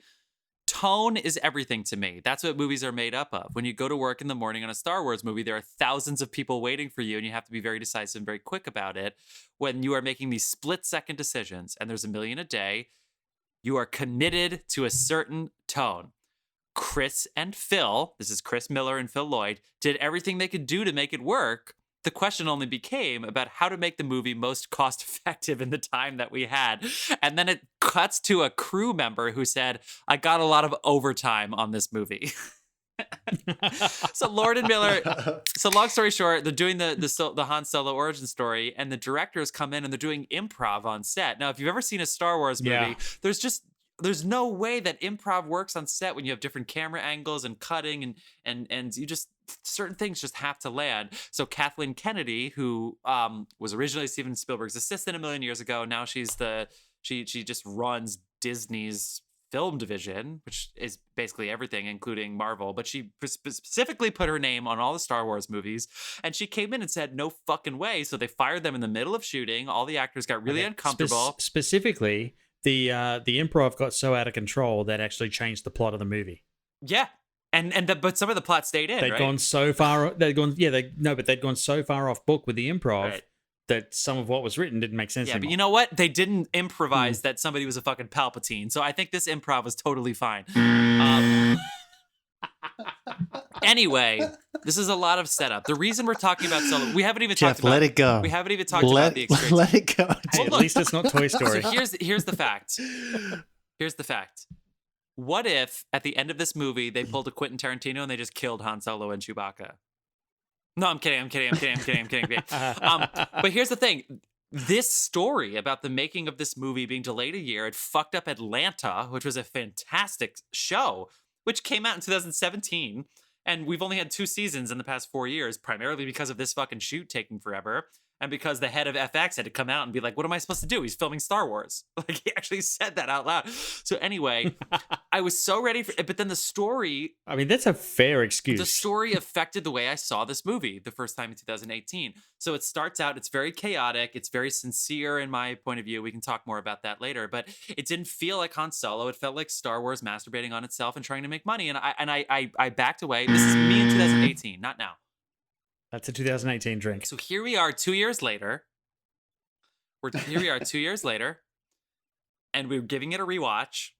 And I did everything I could to not take any notes at the beginning of the film because I knew that I would just immediately get online. So I stayed away and I watched the film, my take on the film coming later.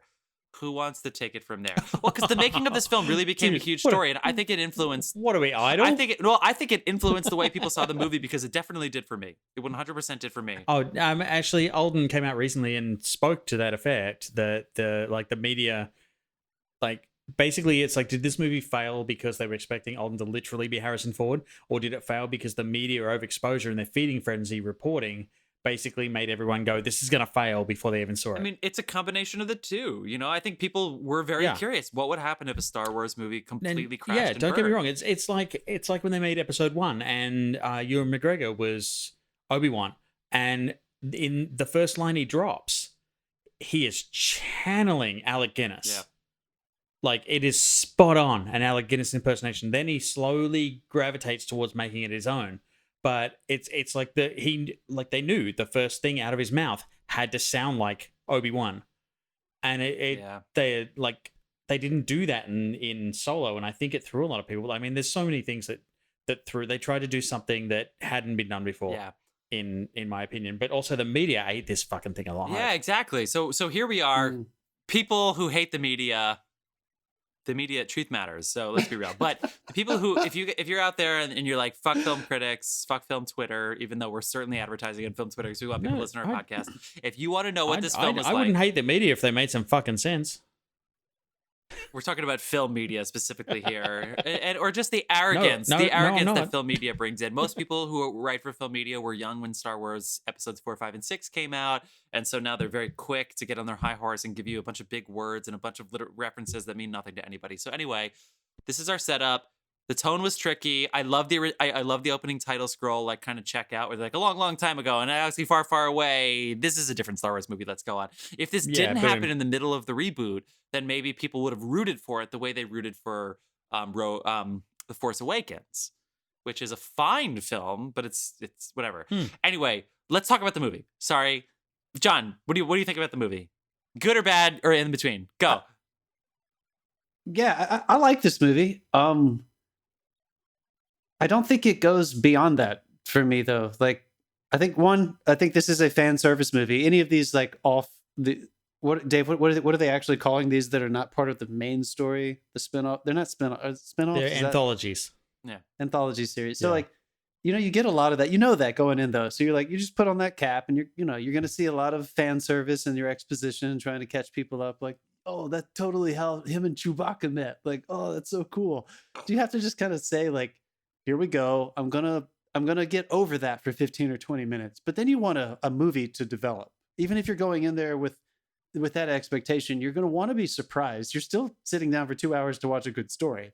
You can't just have fan service. And I think this movie almost gets there. And I'm not even saying that I disliked it or that it's bad. It doesn't. I don't think it surpasses what it was capable of. And I have a feeling that that is completely because of the making. There was such a shit show. You have all these different people that I think that there are some basic elements of structure that Ron Howard eventually just made a decision on. And it feels like he didn't have all the tools in his box that he was hoping to make this story with. It ends too quickly. And I mean literally like the very end, not the whole sequence on the. Oh, it ends just quickly enough. I didn't need to see the card game. We know he wins the ship in a card game. I did not need to see the card game. That's what I'm saying. I was like, why are they doing this? It should have ended. He shows up at the card game and he goes, "I want to buy in," and you just know what it means. Yeah, they game over, right? Else. So that's fair. That's fair. The beginning and the end of this movie are fan service. They needed to see him win the Falcons. You're like, God damn it, I know, but like. They wanted that shot. They wanted the shot of him flying away in the Falcon so fucking bad that they ruined the 5 minutes leading up to it. How's that for an answer? This is one thing. All right. No, I like agree the film with that. too, I by agree the with way. that. That's my spoiler. Go ahead, John. I like it too. I've seen this 3 times now. I think I rewatched this on my own after seeing it in theaters because I struggled with it in the theater, and I remember rewatching it and liking it a little bit more. Anyway, I do think the opening 10-minute sequence is not as interesting as when he's in war. So there's a part of me now that I've seen it a few times that kind of wishes they would have started with him in war. And then, as so many movies have done, through maybe not necessarily flashbacks, but through tidbits of dialogue or personal moments of why it's so important to him to get back to where he came from, we could have discovered where he came from through Han's perspective, as opposed to them showing us outright where he came from. It did not work for me. That's 3 times in a row. The very beginning 10 minutes felt forced to me. And I think it took me out of it because I really like when it starts from the war onward. I thought it was much more interesting. Do you guys agree with that at all? Or yes. Yeah. Dave, go. I'll agree with that. I mean, even the first scene, like I know it had to be dark, but did it need to be that dark? Like you're talking about literally dark, right? Literally dark. You can't see any fucking. By the way, thing. that's my drinking game. We decided this week that we were going to try to maybe give you guys something to drink to while you watch these redemption movies. Every time you can't make out something in this movie visually, take a drink for John, because you can't see. Like a third of this movie is too dark. I don't know what's happening. Because I saw it. I went and saw it. I went and saw it in 3D at the theater. Because that was where I could get a seat. I can't remember. I don't like watching 3D conversions, but I went and saw this, and I'm like, oh, they've really messed up the 3D. Like they haven't like graded it enough for the light. And then I bought the thing and I own it. That's and it's like, no, that was a decision. I'm like, what? They haven't been playing honestly, with us. They we're haven't not said, being. you expect Han Solo just to be like a swashbuckler, like Austin Powers meets Star Wars. So let's get grit out of this. But it's Disney grit, which isn't real grit, which just means dark. Yeah, well, this is what I kept thinking. You're exactly right, dude. That's so perfect. I kept thinking Casino Royale. Like they were trying to show me a badass opening chase sequence and a chase, yeah. with with some fun. Which one is the second one? Quantum of Solace, where James they didn't Bond have a script. Whatever the amazing chase sequence, if he was running on cranes and he's chasing that guy. Yeah, whatever the fuck Quantum of Solace. And the opening sequence is cool. Okay, they didn't have a script, so they needed that sequence to be good. Oh, really? So I knew what they were trying to do. I think everyone knew what they were trying to do. I thought that was out of order. Sorry, John. I don't know, you guys. I feel like if there is one weakness with this movie, and it's very important because it sustains the entire movie, is his relationship with Khaleesi. I can't remember her character's Clark. name. No, I know it's Amelia. I can't remember her character's name in this movie. Kira, but it's with a Q. Kira. Okay. It's still Kira. Kira. Star Wars doesn't do use. So I feel like they were trying to. I think they fell into a trap of trying to push that down your throat. I missed the joke. You guys are laughing without me. Let's finish your thought. That's through an episode 1 joke. Yeah. All right, fuck it. I think that they worked way too hard at trying to establish that relationship. Which, whenever I see that tells me you don't have enough trust in your script or your actors that you felt like you needed to tell me over and over and over again about why he needs to go back. Like literally there are 2 or 3 times where he says, I need to go back. If your movie is good, you don't need to tell us that. We know why you want this score. I'm sorry. We know you want to go back. We're doing the thing where we don't let Dave talk, but they gave it away. And I wrote down, I said at the beginning, there was too much sincerity. First of all, the grandpa jokes were driving me crazy. There's some very Han Solo-esque lines. Like Woody Harrelson says to Han Solo, sorry I punched you in the face. And Han Solo responds, happens more than you'd think. They have that have that exchange off camera. Are you kidding me? Like that is such a that actually on paper just seems like such a Han Solo thing. Do it on screen. They did it as an afterthought coda after the scene was over. There was a campfire sequence where they're all like, there's a girl, isn't it? And he goes, there is a girl. I miss her and I want to go back and get her. And I was like, this is way too much sincerity. This is the character who famously, when someone said, I love you, he says, I know, and pulled it off with sincerity. And here we are. And he's saying, I just want to make enough money to buy a ship to go find the girl in the first 20 minutes. So the weird thing about this film, which is, and I don't blame myself for the first time I watched it being caught up in the reviewers, because the truth is they were right, but they weren't right about the whole movie. They were just right about the 20-minute setup and then the 10-minute end. And you're right, John, the hour and 50 minutes where he's a smuggler and he's doing jobs and it's fun. Then it became Han Solo. But the first 20 minutes and the last 10 minutes, not for me. Dave, go ahead. Sorry. Yeah. All right.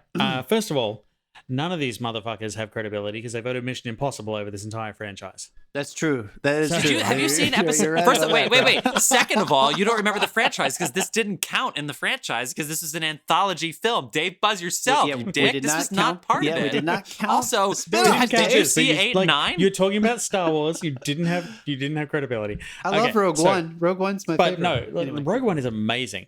That has one of my favorite droid performances ever. This has a better droid performance. Whatever, Dave. Go ahead. Yeah. But here's where this went wrong, which is not what you were expecting. Okay, they've picked the origin story of Han Solo. In Star Wars, Han Solo had 19 minutes and 30 seconds of screen time in a 2-hour movie. He's like Jesus in the New Testament. Yeah. In Empire Strikes Back, he had 23 minutes and 30 seconds. Holy shit! In a 2-hour movie. In Return of the Jedi, he had 17 minutes and 45 seconds. in a 2-hour movie.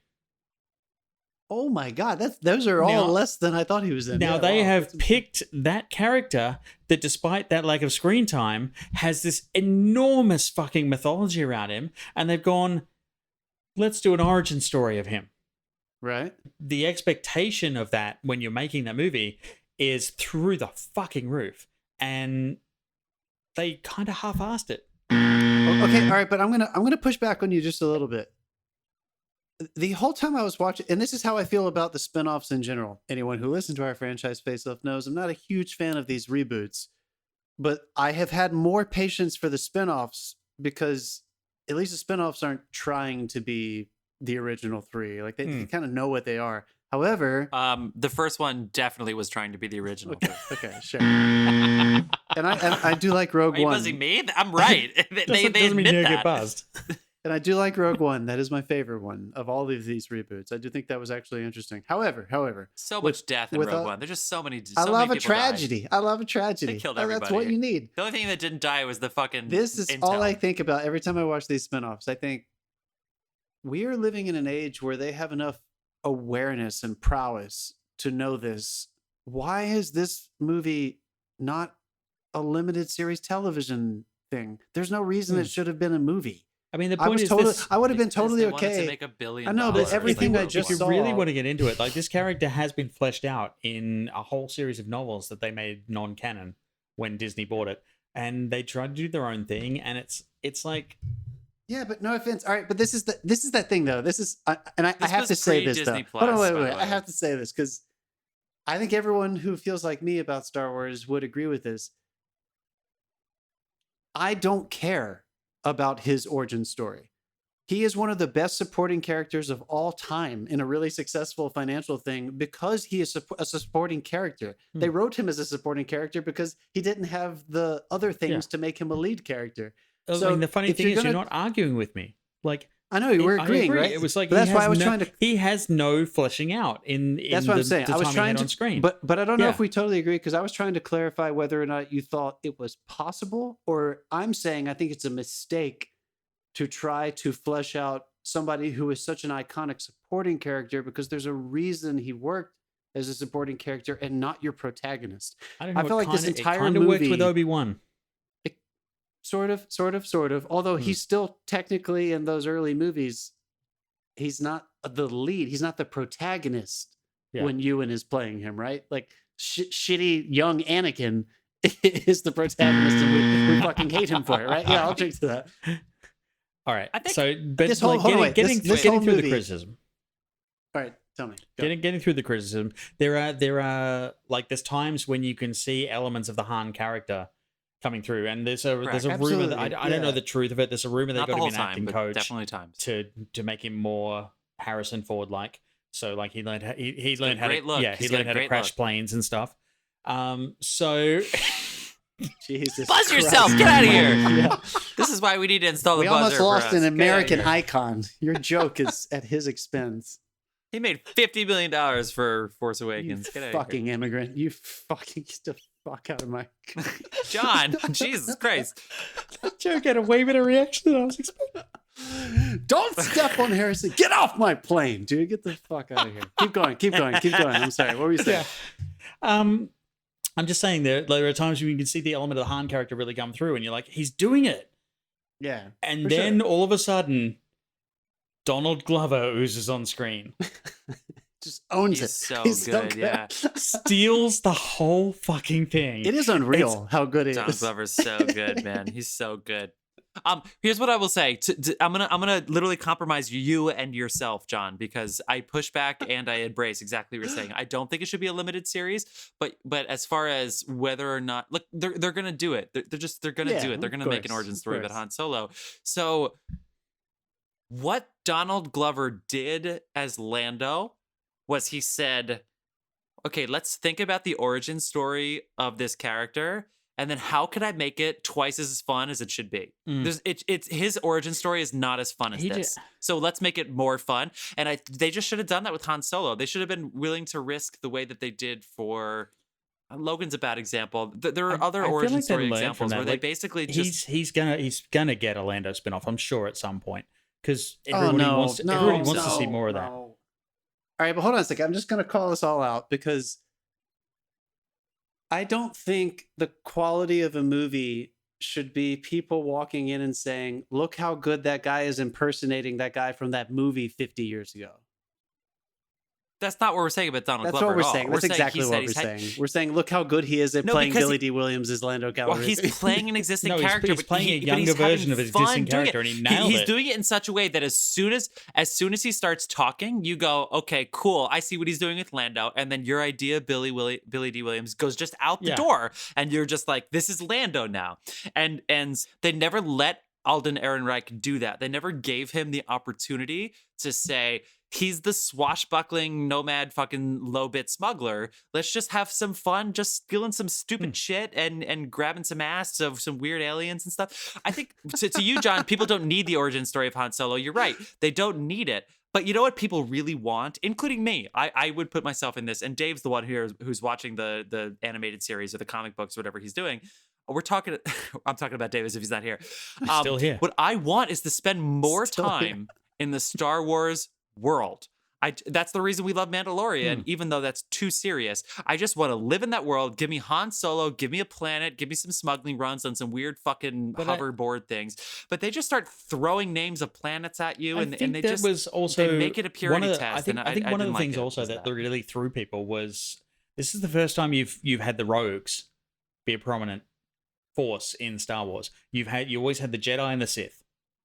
So you've had your good and your bad. The rogues are like 50 fucking shades of grey in the middle of that. Like everyone's betraying each other. Everyone's got their own angle. And I don't think anyone really knew what to make of it in the Star Wars context. It's like we've had... Right, because they were all missing from episode 7, 8, 9. They were nowhere to We've had a space western. It's called Firefly. So that is a good example. Like Dave is referring to the Crimson Rose, which gets referenced in this movie, where if you don't know any of that origin stuff, I didn't give a fuck. Like, it was just the people in charge, which is fine, but like, I don't care. I was still more interested in character. So the relation to that, it literally, I'm not even saying I disliked it. It just didn't matter to me at all. It was just whoever was in charge. So you're right. I didn't know anything about them. One of the biggest failures of this movie was they were setting up a franchise.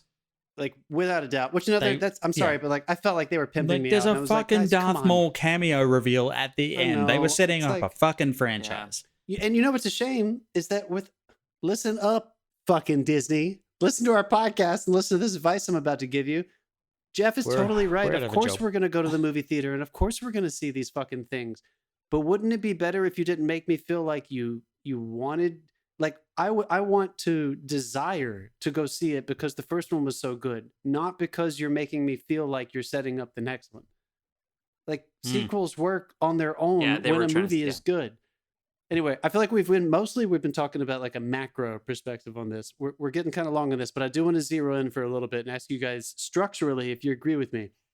This movie is really fun until they land on that fucking island. That last 35 minutes of this movie, when they make it through the maelstrom and they get to that island, and every fucking scene for the rest of the movie is on that place, and it feels stagnant. And I'm not. Of course, I just saw Brave recently, and so I kind of liked it because Brave is pretty good, and I was like, I want more about Brave, and so that was basically my compromise. At the risk of having to drink, I kind of agree with John. I mean, I wanted to ask you because I feel like at least it got clever. At least there's like a good story. You know what I mean? Like at least that was pretty interesting. But that's why I kind of wanted to get your take on it though, because I can't quite decide how I feel about it. I know that momentum, like in terms of adrenaline as an audience member, like, you know, Star Wars is so much about travel logging. Like you're going all over the place in this universe, which is so much fun. And you just went through a fucking we just ran the parcel run in 12. The Kessel Run. It's the Kessel Run. The parcel run. If you round down. Yeah, no, this is why you voted for Mission Impossible, where you can't remember the names of any fucking characters. So the Kessel Run is apparently a character in Dave's mind. John speaking parcel tongue from Harry Potter and Star Wars canon. So when you get on this fucking island, I feel like the energy of the film changes. And I'm not sure if it's a bad thing, but all the stuff that I was enjoying about this swashbuckling Han Solo. Didn't we say we liked this movie? I don't want to cut you off, John, but we all said we liked this movie. It is good fun, but also it's a heist movie that kind of... I mean, I'll give you, it flounders a little bit at the end, mainly because they were basically cashing in on the reaction to seeing Darth Maul. I want Han Solo It's grabbing like alien ass and just running around. And that's all. I don't need any more planets. I don't need any big jobs. You don't really, Give me some small jobs. The villain is okay, but you don't. It's okay. Okay, he's gonna beat the villain, whatever. But like he is. He's gonna live. I'm telling you, it would have been so great if they just they just killed him. Tarantino Oh my Quentin. god! Could you imagine seeing the Twitter feed on that? I mean, honestly, after they recast the director, they should have said, "We need a big get. We need something." Forget about the Darth Maul shit. They really thought they were going to salvage that after they knew press was going to... They delayed a year. Come on, just kill him. So Jeff, you didn't notice No, it at Darth all, Maul's though? back, dude. You didn't feel any. It feels almost like a different movie when they land on that island. Like it feels different. Yeah. I was wondering if either of you knew. Yeah. Did Ron Howard only direct that part? No, they reshot a lot. He directed the pretty much the original script as written.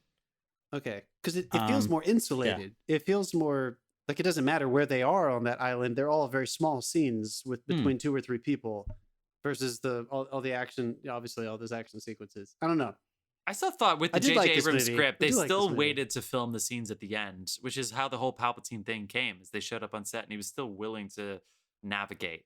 So I don't think they shot, and I know they shot out of order, but I don't think they shot the last 20 minutes anywhere near the beginning of their shoot.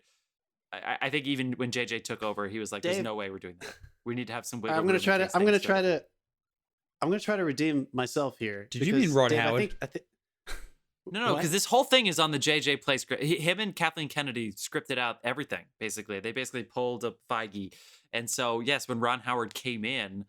I mean, I don't think Miller and Lord had shot this final sequence, and I think they were going to try to salvage something at the beginning. John asked if they shot them the ending first, and then no.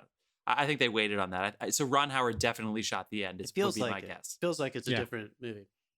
Anyway, I'm going to try to redeem myself here, and I'm going to ask you guys if you agree with this. Because Dave, I think you're right, dude. Like, Star Wars works, and we were talking about this in the franchise thing, because they are morality plays. And these characters are these archetypes that we have talked about before. So I think one thing that is a flaw with these spinoffs is that they try to make them character pieces. And I don't think that works. And I think Dave, I think you hit the anecdote by talking about Crimson Dawn. If Han Solo would have been Han Solo existing in a morality play that was introducing new circumstances, I think I would have been more okay with it. And I didn't dislike this movie, but I feel like they were trying to follow Han Solo, the character, so religiously that they avoided going deeper with some of the new circumstances and some of the new characters around them and the criminal organizations.